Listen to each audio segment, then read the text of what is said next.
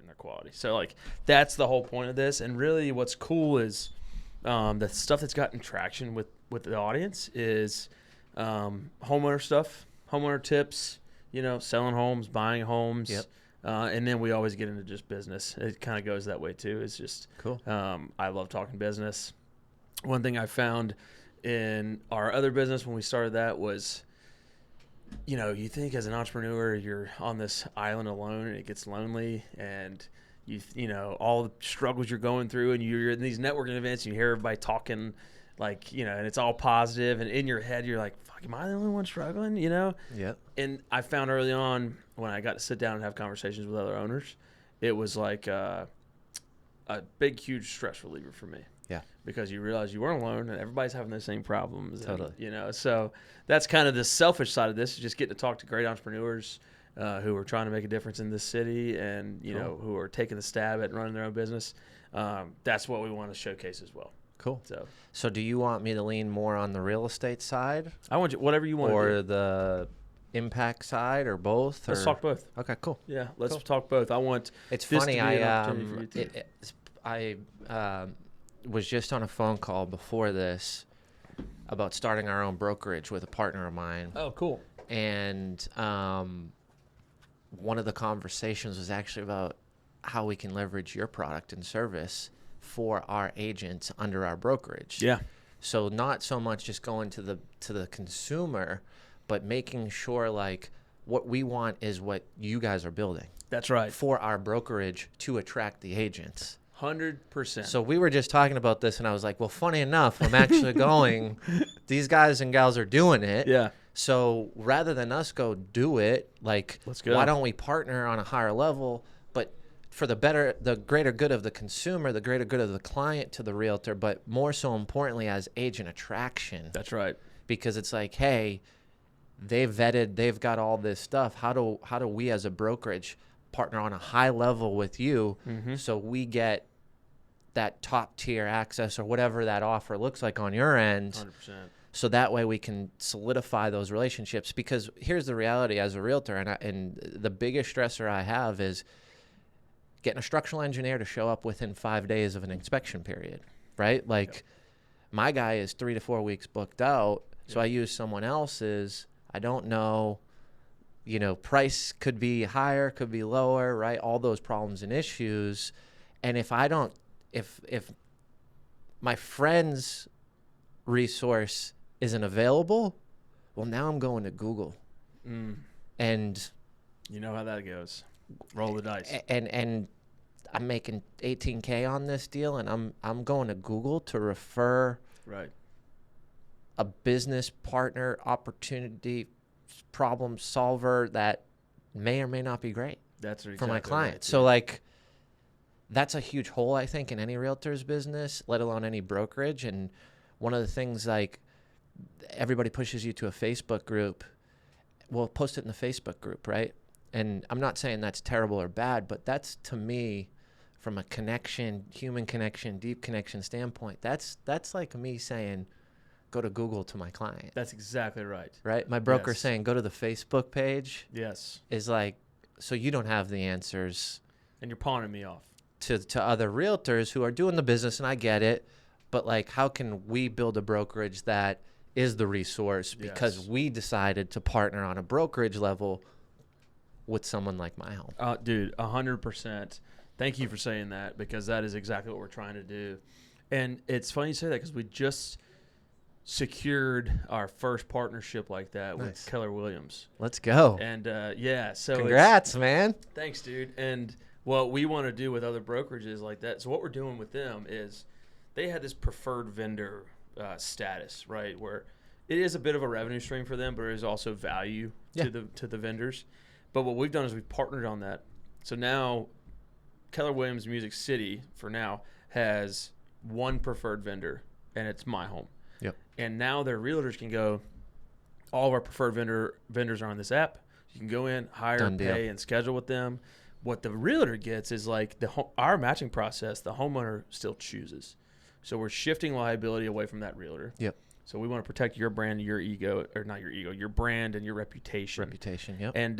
And then what Keller Williams gets is if we are also selling their preferred vendor status. So if our vendor, it's free to use for our vendors, but if you want that Keller Williams preferred and get a lot of additional value on the tiered structures for them, then we provide that paid option for the vendors as well.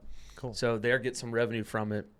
But yeah, that's spot on. That's exactly what we saw too. And we're like, this has got to be a way. This is a pain point that we know realtors have and brokerages have. And I think in the future, or even now, if anybody's listening, there's a white labeled option for this too, to where, let's say you create your brokerage, Chipotle's app is white labeled DoorDash. Yeah. It's DoorDash's technology, right? Chipotle pays them a monthly fee, and they just rebranded it for Chipotle, and then that's how you order Chipotle. So there's a way that we can do this in the future with our brand, to where, if there's a brokerage that wants to have a unique client experience and have their own maintenance side of things, it's branded with their stuff. They've got their realtors' information on it, and it's that way to stay kind of top of mind.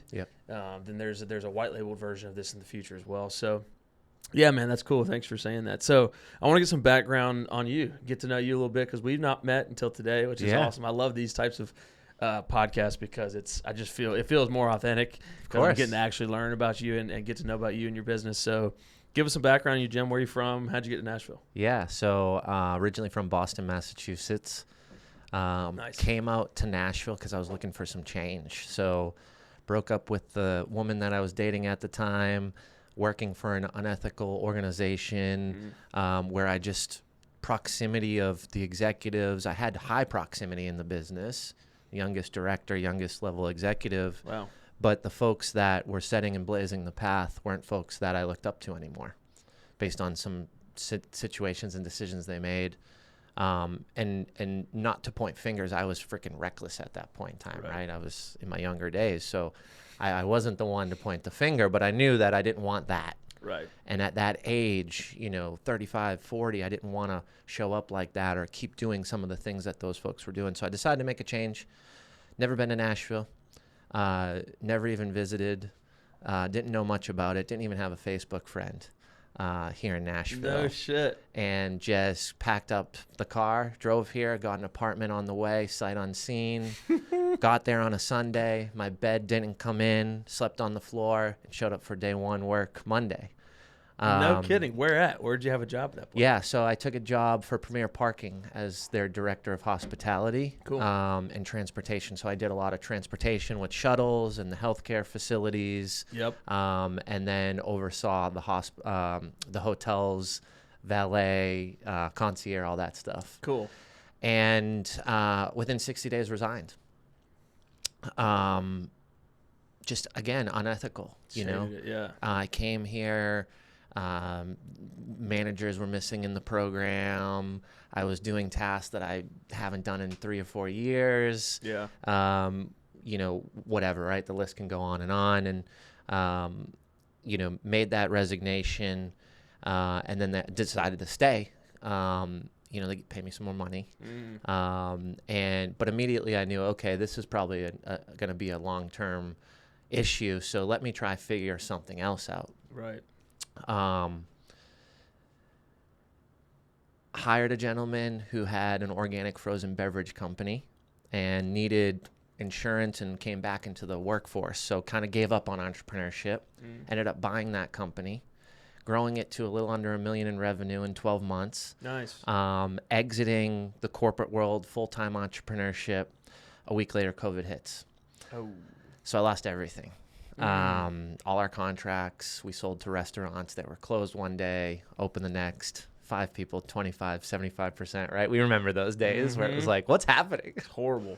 And that was really my taste of entrepreneurship from a level of success, I believe, to almost immediate, what am I going to do? And ended up selling that company and started getting people together for events. I realized that other entrepreneurs were about to lose everything as well.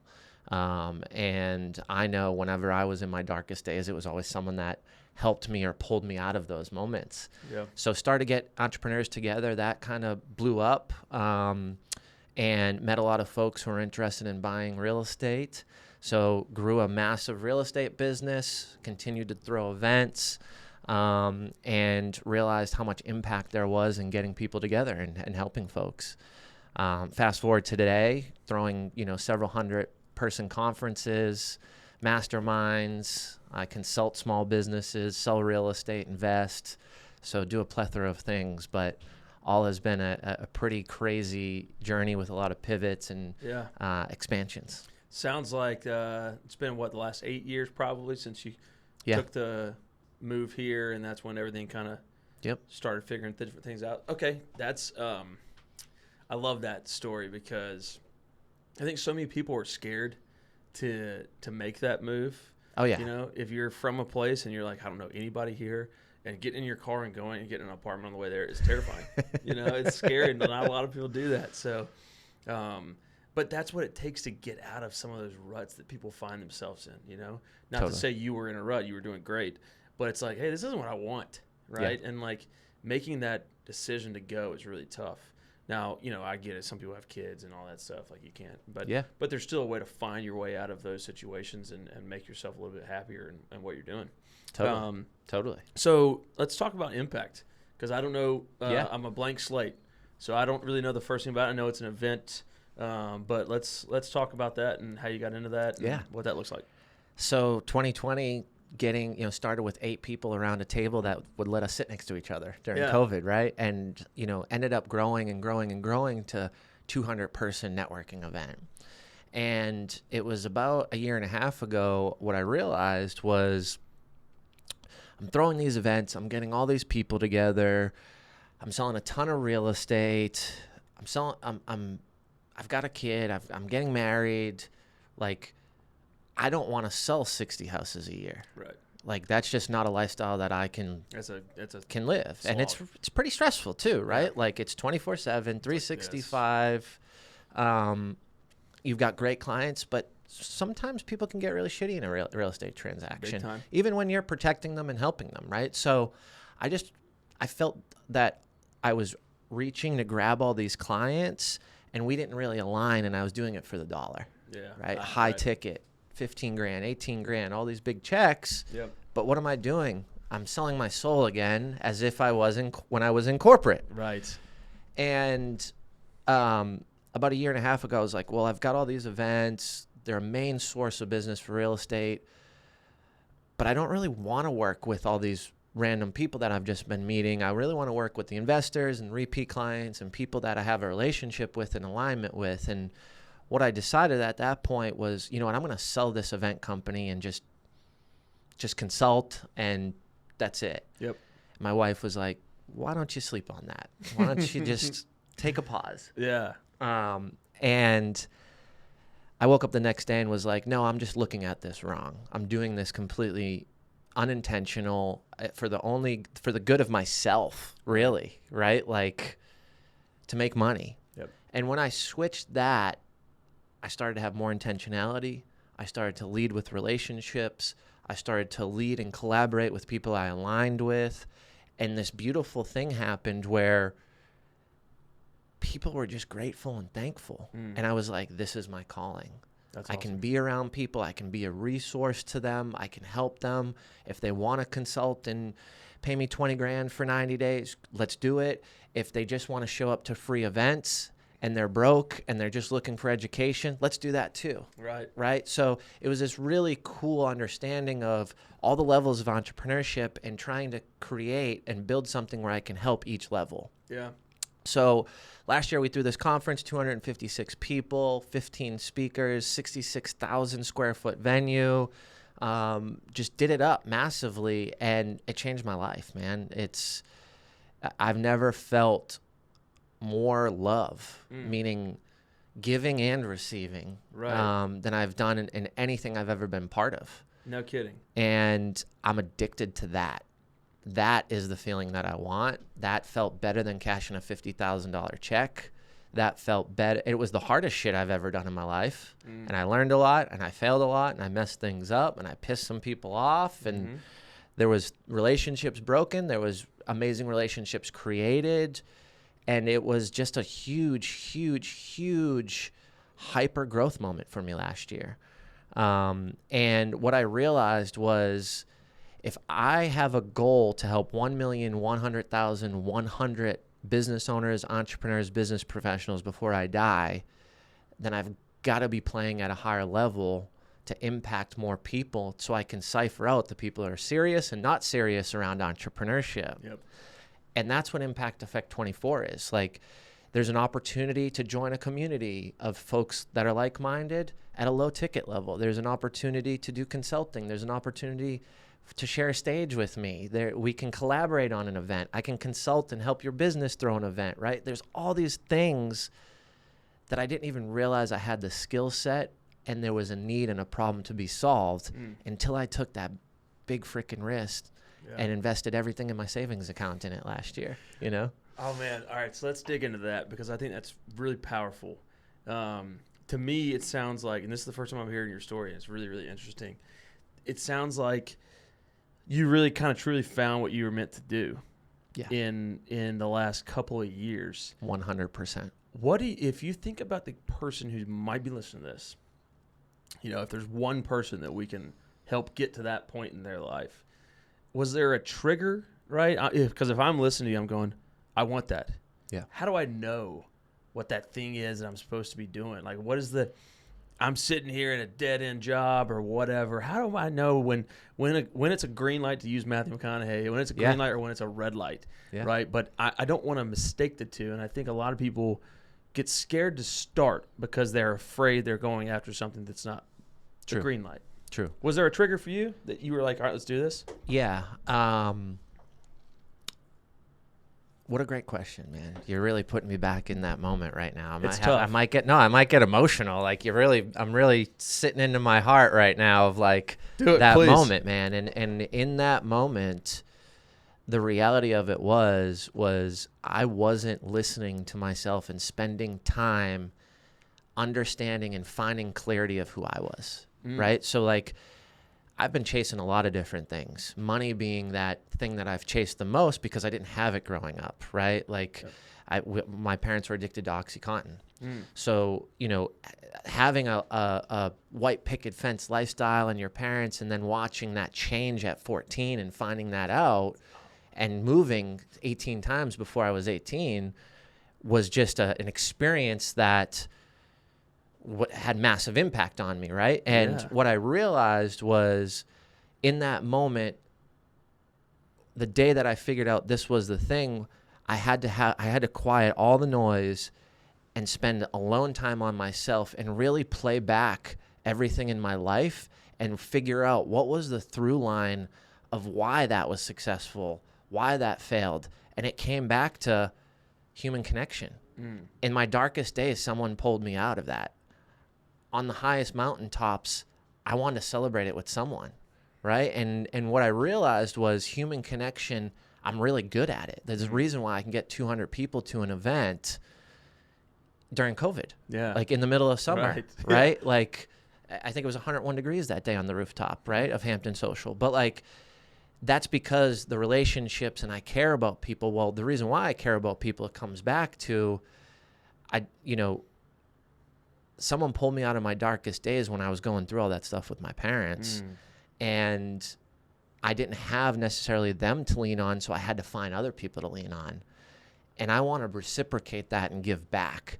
And when I started to give back, when I got over the victim mentality and became the victor, when I realized like, wow, if I just be myself and share the reality, I don't have to wear a mask anymore.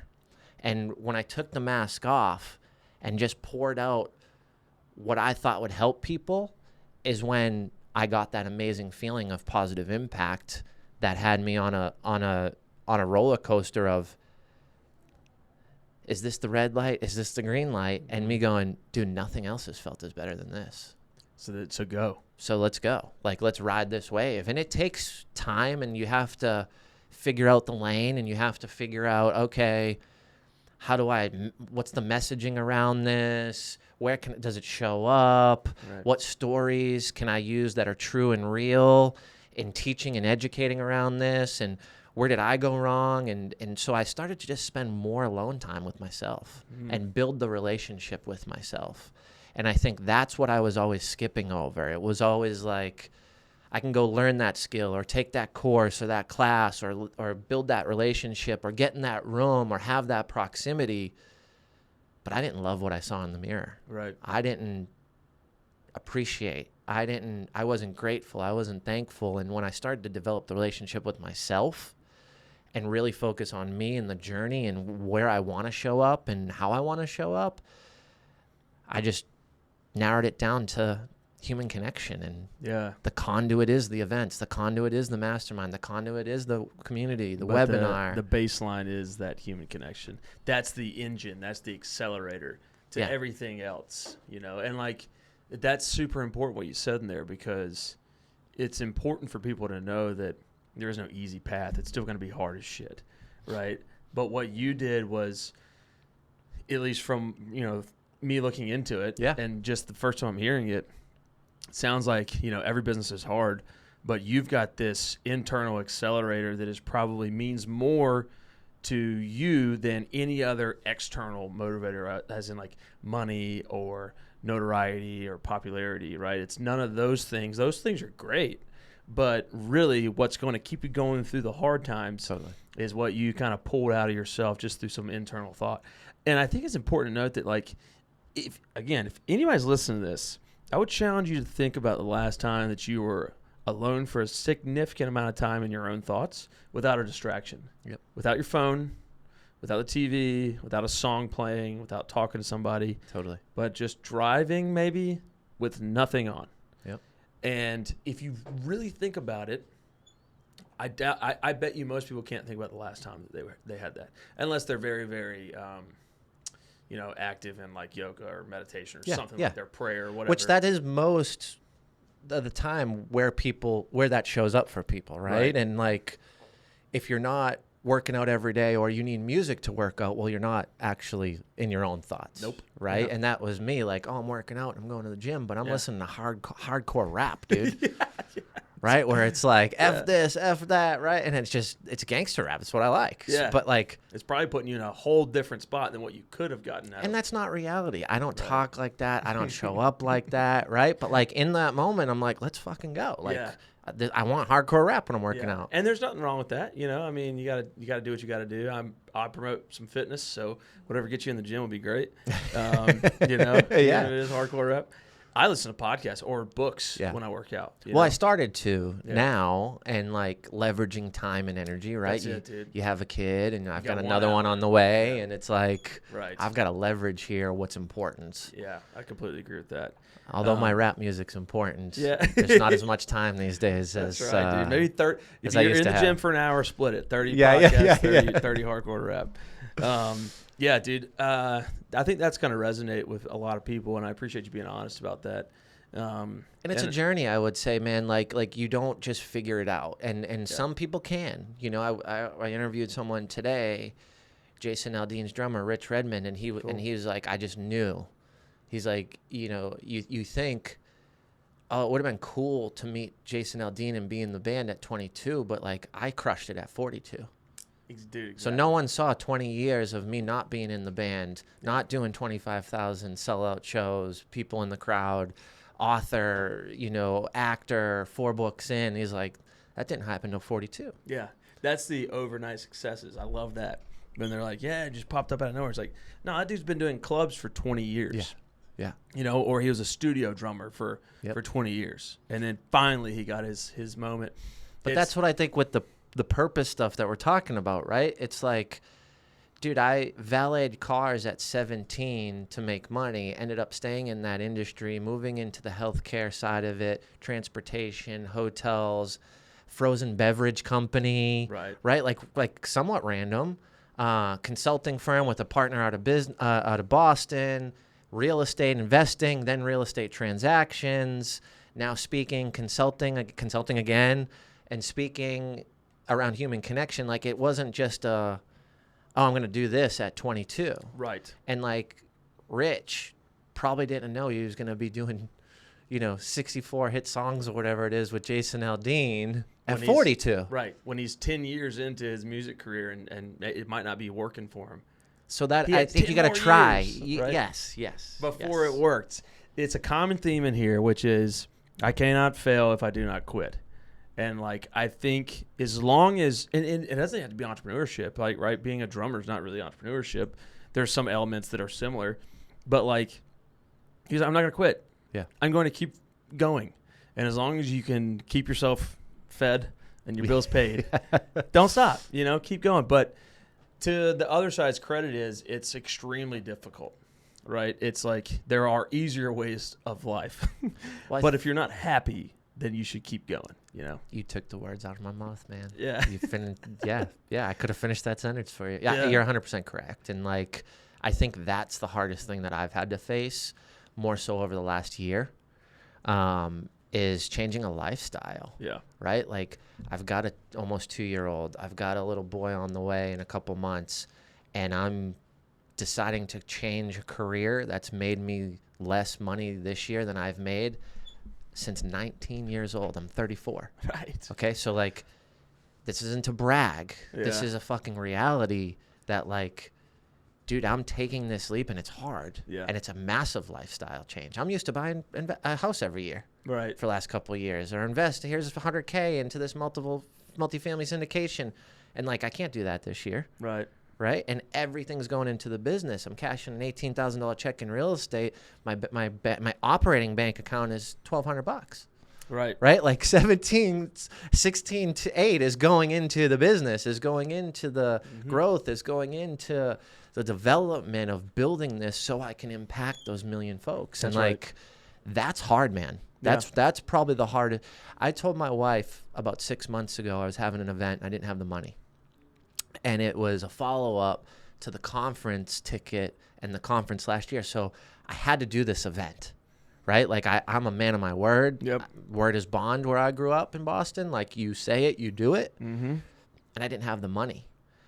So you come from a guy who's making $500,000 1 year in real estate to someone who had to drive Uber for 2 weeks from 3 a.m. to 7 a.m., right, to pay for this event because I believe in what we're doing. To then also get a massive check from my real estate business and to pour it all back in, and then a week later, I'm rolling change to buy groceries. Right. And like, it messed me up for a minute because the last time I rolled change was when I was 14 and needed money for lunch money with school. And that was a really tough time in my life, right? With parents addicted to OxyContin and just like, whoa. So it brought me back to this like, oh man, I'm failing. I'm a loser. Like, what the fuck happened to me? But the reality of it was like, I needed that in the moment to humble me because since 19, I've been making over $100,000 every year. Right. And I made good money last year, but not compared Right. to $500,000, right? Yeah. So like, that's what where I struggled this past year in the entrepreneurial journey is like following the calling, following the passion, the dream, and really showing up and investing everything I have into it because it's what I believe. It's hard. Powerful, it's dude. Not easy. Yeah, it's not easy, and I'm right there in your same shoes. You know what I mean? It's certainly not a money maker for us right now in our journey, right? Yeah. I mean, we are not making shit, Yeah. which is like fine. I don't care, right? I can eat and I can live, and we're in a position with no kids where we can really do that. Yeah. And I would say probably an unpopular opinion that I believe in. And it's not mine, so I'm not going to act like I stole it. Or I'm not going to act like it's mine. I did steal it, which is like, in your 20s, when maybe you're married or single, put in the 70-hour weeks then, right? Like, Oh, yeah. you should be, like, it's completely opposite of what 20-year-olds do right now, which is like I want, to work remote and travel while I'm young, blah, blah, blah, blah, blah. It's like, fuck that, dude. Yeah. Figure out your thing, and whether that's entrepreneurship or not, if you're putting in 70, 80-hour weeks at a job and you're going to climb that ladder very quickly, Yep. you'll have the money then to do what you want to do by the time you're in your 30s, and your 30s isn't old. Trust me. It's like Totally. I can do the exact same physical stuff I did in my 20s, more or less. Yeah. And it's if I Might have to stretch before a kickball game these days, but like, you're not dying. You're not dying, and you're nowhere close to it, right? Yeah. So it's like, I think if I could go back in my 20s, I would have that mentality, and kind of change that would better put me in the position. And it sounded like you kind of did that, which is like you made good money in your 20s, which gave you the ability to say, all right, I know that I can take a risk now because I had the ability to go and do this if I really need to. You know what I'm saying? Totally. And I would say, I think you've got to define what you're seeking. So like, yeah, I was making over $100,000 at 20 years old, whatever, but I was drinking and partying and blowing it, right? So like, if I just saved some of that, but here's the thing and for me personally, that I struggled with. I didn't want to look back and be the old single guy at the club at 35. I never wanted to be that. So I was like, well, let me hit the club hard at 25. Yeah. Right? Yeah. So, but what I didn't do was take that money that I was spending like it didn't exist. Right. And invest it into building and creating something, right? I got in entrepreneurship at 28. I wanted to be an entrepreneur since I was 6. Right. So my advice is go take the risk, like you're saying, and work a lot right now, but have a little bit of fun. Like I've got a buddy who's 25, and I'm like, I don't see him, and I'm like, dude, like I'm worried about you. Like you got to still live a little. Yeah. Right. Like you can't like work your 80 hours, but like, dude, if we, like let's hang out. If we need to do a walk at 6 a.m. because you're 8 a.m. to 8 p.m. and you're building. Right. Let's just figure it out. Like don't lose the human connection. Don't lose the friendships because. I know when I was in my grind season, I wasn't following up with people, loving on people, caring about people. And when I needed them, they weren't there for me because I wasn't there for them. Right. Yeah. So I think it's this human connection you're talking about. I think it's this beautiful masterpiece of what makes you happy, but also now is the time to grind. Yeah. Exactly. And that's probably a better way to put it. And there is no easy, clear package you could put it into because each person is probably going to need different things there. Totally. And to your point, like in my 20s, if I was working, I was in the Army in my 20s. So I was, Thanks for your service, brother. Appreciate that, dude. So like going out with my friends on a Friday night at a bar was like what I kind of needed. Yeah. I needed a bit of a release, some no structure compared to our extreme structure. Yep. And I went to West Point too, so it was just like since I was 18 years old, it was just like bang, bang, bang, bang, bang. So if we had the opportunity to let go, we were gonna let go. Yeah. Right. And let loose a little bit. So like to your point, I needed that. Some people don't need that. Yeah. And as long as you're doing all that stuff, as long as you're doing it safe and blah blah blah, right? You're not driving and stuff. And I would say for me, man, like I needed that too. I just went overboard, to be honest. Yeah. Right. I definitely because did some of that too. I didn't want to look inward. Yes. And that's where I don't wish I started companies before 28. I wish I started working on the relationship with myself before 28. That's a good point. Because if I built the relationship with myself, I know that I would have done it earlier because I would have been able and in a good place to do it. Yes. Right? Like the timidness was the comfortability of making that money. And I mean, honestly, just I didn't want to be broke. I know what that was like. Yeah. Right. Yeah, and it sucked, dude. It sucked. Yeah. It's fucking embarrassing to eat cereal with water, dude. Like that's embarrassing. And I had to live that at one point. Right. So it was like, I got money. Let me go have fun because I'm really dying inside and hurting inside. And like someone asked me the other day, they're like, man, do you have a therapist? How long have you been going to therapy? I'm like, I actually never have sat down with a professional therapist. And they're like, wow, well, like you must have. And I said, I've done a lot of deep work. Yeah. But I had to do it at such a high level and so intensely right now over the last couple of years because I didn't do it at all growing up. Mm-hmm. Right. Like I didn't talk to anybody about this stuff. Right. Let alone my parents, let alone friends. It was just really kind of all in here. So as I started to work through that, I realized, oh, that was actually the reason why I was partying and never. I was always the guy who's like, dude, why are we going in early? Like, not because I wanted to be out all night, but like I didn't want to go face. Yeah, dude. We could have probably would have burned it down. I was gonna say Broadway might not be here right now. It might be getting repaired or something. But to that point, man, that was really it. And it's I don't say it often, but it's the truth is like, that was a mask for me. I think there's and it something was fun, and it was like I had great times and great experiences and great memories. Right. But it was masking an undercover. I think there's something problem there, though. I think, there's some good in that, because I think a lot of entrepreneurs get discouraged because of the passion conversation, right? There's so many people who are like, find what you're passionate about, then make it a job, and you'll never work a day in your life. And there's so many people out there who's like, I don't fucking know what I'm passionate about. Like, yeah. And there's a lot of people that own businesses, they're not passionate about painting, but they own a multi-million-dollar painting company. Yeah. Right. So it's like, I think what you did a little bit was like, take what you have, and that's your motivator. Yeah. Right. It's like you did find a passion in what you're doing, and that circle was completed. But a lot of people aren't going to do that.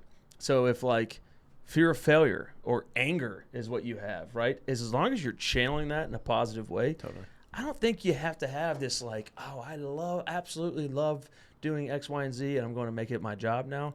I think that sometimes does more harm than good just to get started. Yeah. And then you can find a passion within the thing that you're doing, right? Maybe your passion is building a team inside your painting company. Yep. Right? Or like hiring a young guy and then training them and then seeing them go and create their own company, right? Yep. That might be your passion. Yep. So like, man, you're hitting, man, there's a lot of alignment right here, brother. Right? Like that's exactly it. Yeah. Is the company can be the vehicle, but what you do inside it can be the passion. That's right. And if you have a skill set or technical skill like painting or, plumbing or whatever that skill is, leverage that skill. Yes. But you've got to spend the alone time to figure out within that what's your driver, what hits your heart, what's not just logic, right? Like that was a big problem for me is like I'm very type A, I'm very logical, I'm very analytical, I'm the investigator.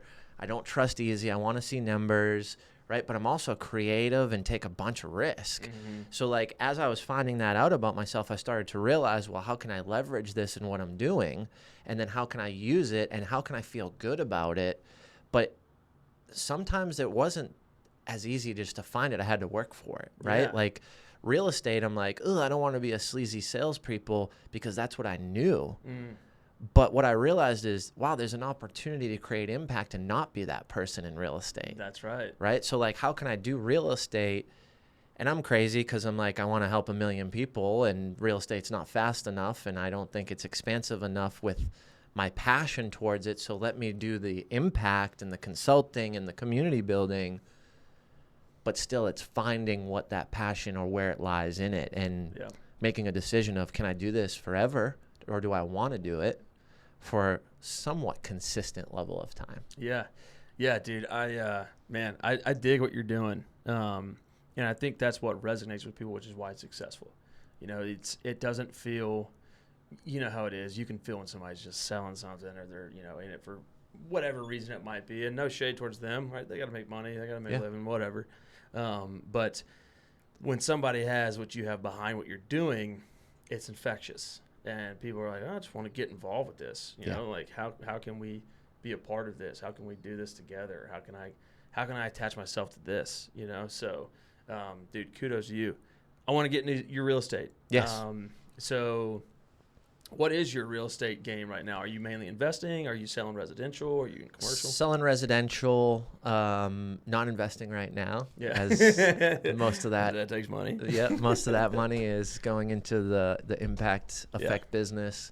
Real estate's great, man. It's been really cool to set up on the front end conversations to ensure that there's alignment and not feeling like I have to get every deal, every client, close everybody I meet. Right. That's how I was taught. That's how sales were taught to me. And through finding human connection, going deep, building depth, researching, looking at studies, building a TED Talk that's coming up this September, right? Doing all those things around it allowed me to really analyze it on how I can show up and still be in my calling and use that as a conduit and help people. Right.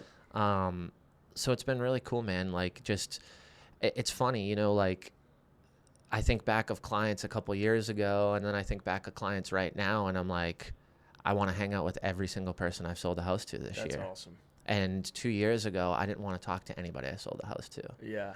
That's a big difference. That's a huge difference for my well-being and how I show up and your happiness. Who I'm attracting to, right? Like, and you know, we just got something under contract for one of the Titans coaches, and like, I really enjoy that guy. Yeah. Like that's going to be a friendship, right? Yes. And like, he's like, oh, I speak. And I'm like, man, maybe you can come to the conference. We'll have a Titans coach there. And like, you know, this or that.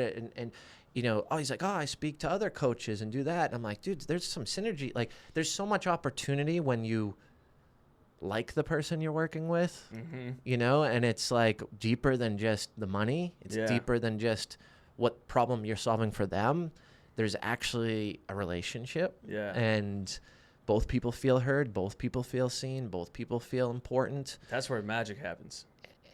I mean, ultimately that leads to belonging, right? We all want to belong. And that's really where you feel things like take life almost, and not to get too like weird about it, but it's in those moments where you're like, I just sold a house, great. But really, like, look what could happen with this relationship. This just because I was a normal person, this guy, and I took the time to get to know him, he might now speak at this event. He might bring other people. It's going to bring other people. And, like, that's where you just feel like you created the ride, but you're also just on it, too. Yeah. And you're just like, okay, let me ride it. Let me steer it. Make sure it stays between the beacons, you know. But, like... That's a win-win, right? Yeah, like that's what I've realized, and I didn't live my life with a win-win. Yeah. Like, and at first I wasn't available to receive it, to make sure it was always a win-win. It was always like, well, that person needs to win. I need to introduce them to that person. Right. And then they go do a $200,000 deal and don't even remember that I'm the one that introduced them. Right. Let alone, a thank you, right? I'm not even asking for a cut, right? Like, hey, dude, we closed it, dude. Thank you so much. Yeah. That's good enough in my book. So when I started to realize that, holy cow, man, I've got, 1,000 people in my phone that I talk to somewhat regularly, and 850 of them, I don't think there's never been a win-win for me. Mm-hmm. So how can I show up where a win-win, but also have boundaries and protect myself for those people who are always taking and never going to give or receive? Right. And I think that's really been cool to understand. The human connection piece is like, great deep human connection, both people are winning. Yeah. It reminds me of the best deals I've done in real estate, right? Like, someone asked me, dude, how'd you negotiate $150,000 off? And I'm like, because the connection with the other realtor. Yes. What do you mean? I'm like, he knew that we were going to close. He knew that I was legit. We weren't going to pull any funny stuff. We built a relationship, and he told his client to choose our offer. Mm-hmm. Because it was solid, and he knew the guy on the other end, and we just met over this house. So it wasn't like I knew the guy for 5 years. Right. But when you negotiate and they get what they want on terms, and we get what we want on price, everybody wins, and human connection happened amongst me and the other side of the transaction. So why not live a life where I'm winning and you're winning? What I find, because this is how we built the business, is how do we make this so good it's stupid not to use it, right? Which is like the win-win-win, right? Yeah. So we really have built this business on that premise. And what I find is, when we're trying to work these partnerships with like temp labor companies and brokerages and getting vendors on, because everyone's so daggone jaded, the first thing they get is like, what's the catch? This can't be, right? It's too good. And like for the vendor side, because we're free for them to use, they're like, you're gonna fuck me somehow. Yeah. Like, and that's just what they think. I'm like, and rightfully, I can't blame you. Rightfully for thinking that. So, probably, right? Yeah, big time. And I put myself in their shoes. I'm like, yeah, I think the same thing. Yeah. If somebody came to me with this, I'd be like, yeah, fucking bullshit, right? Like, so we've had to be like, all right, how do we make this seem not as good?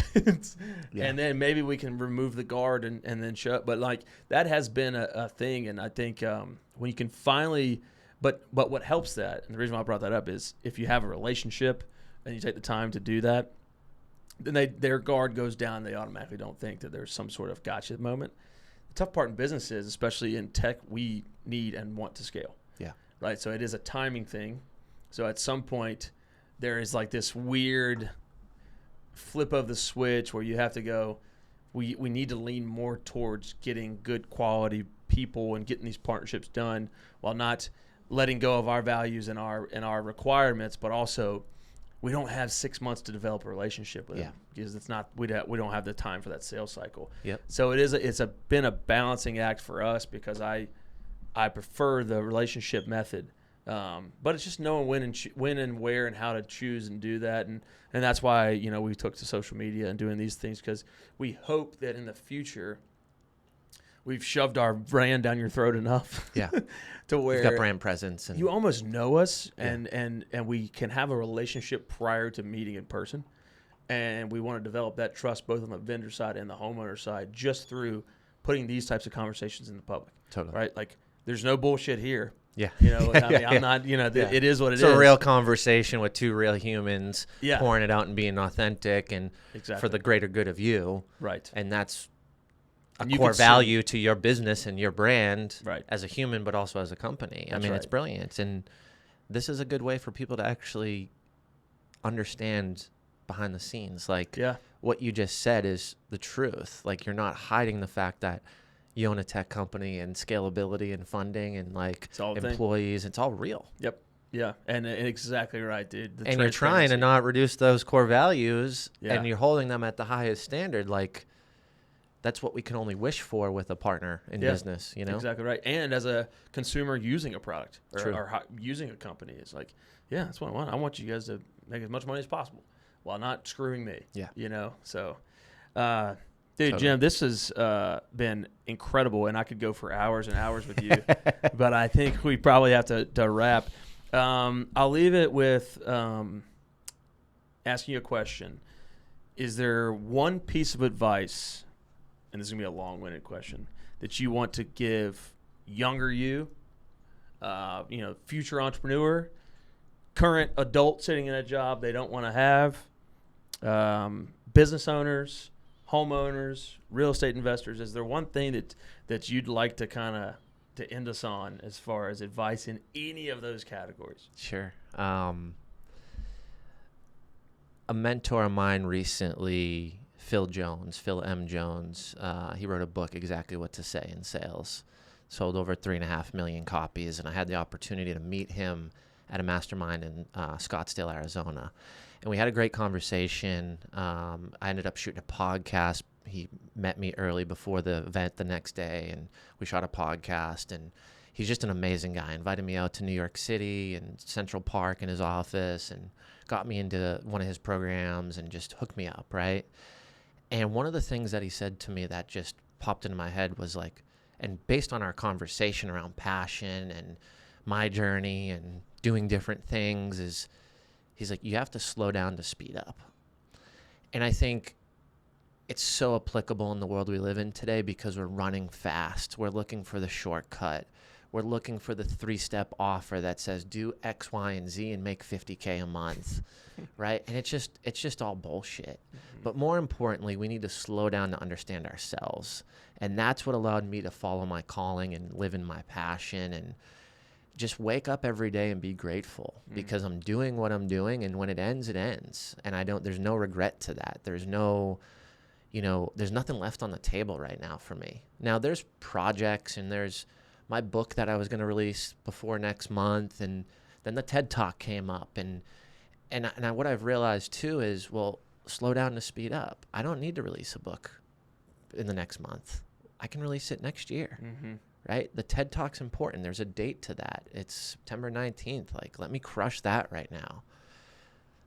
But in turn, the relationship with yourself is slowing down and figuring out, what do you want? What's important? How do you define success?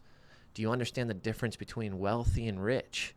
Like, what does this all mean to you and how you're showing up and how you're living and how you're spending your minutes, hours, seconds, days, weeks, months, years?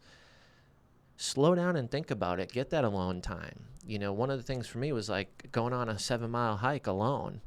5 days in a row, I did the same hike at 5 a.m. just to have that mental clarity with no distractions. I know my wife's sleeping, the baby's sleeping. I'm out in the woods alone, no music in, just thinking and what's important to me and slowing down my thoughts of I got to launch this podcast and this mastermind and this live event and all these things to really focus on where I want to go, who I want to be, and how I want to leave an impact. That's beautiful, man. I don't think I could wrap it any better than that. So slow down, man. Yeah. We don't need to move as fast as we think sometimes. That's right. You got a fan in me, brother. I love what you're doing. I admire it. And I think a lot of people can learn from what you're doing and from what you're saying. And TED Talk September 19th. Do people tune in live? How does that work? Yeah, so my Impact Effect 24 conference is September 17th and 18th in Nashville, and then the TED Talks in Old Hickory on the 19th. So I've got 3 powerful days coming up, and then October we have our little boy. So we've got a really cool couple months coming. That's awesome, man. Yeah. Well, hey, Jim, dude, it was a pleasure. Thank you for coming in, and I really enjoyed the conversation, dude. Thank you, brother. Appreciate you, man.